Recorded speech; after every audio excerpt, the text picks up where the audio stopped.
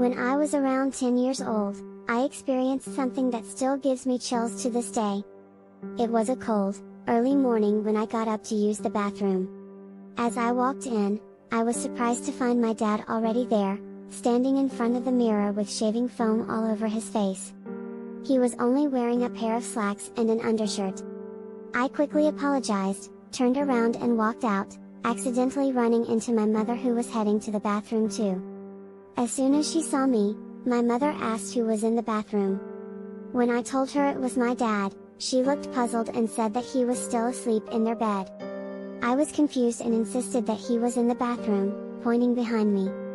Suddenly, my mother's expression changed, and she rushed past me into the bathroom. As I turned around to look again, I realized that there was no one there. We were on a high floor of the building, and the bathroom window was tiny. I couldn't explain what had happened, but I was certain that I had seen someone in there. My mother tried to convince me that I was just dreaming, but I knew I was wide awake. I couldn't shake the feeling that something supernatural had occurred. After that incident, I became convinced that our apartment was haunted. I started hearing strange noises at night and saw shadows moving across the walls. It was like living in a horror movie.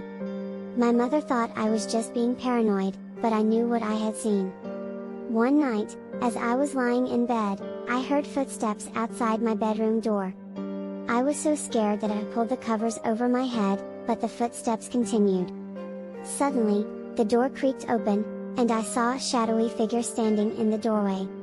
I couldn't make out any features, but I knew it wasn't my mother. I screamed for help, and my mother came rushing in. She turned on the light, but there was no one there. From that moment on, I refused to sleep in my room alone.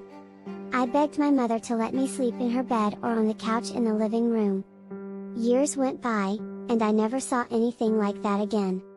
However, to this day, I still can't explain what happened in that bathroom that morning. I like to think that it was just my childhood imagination, but deep down, I know that something strange occurred.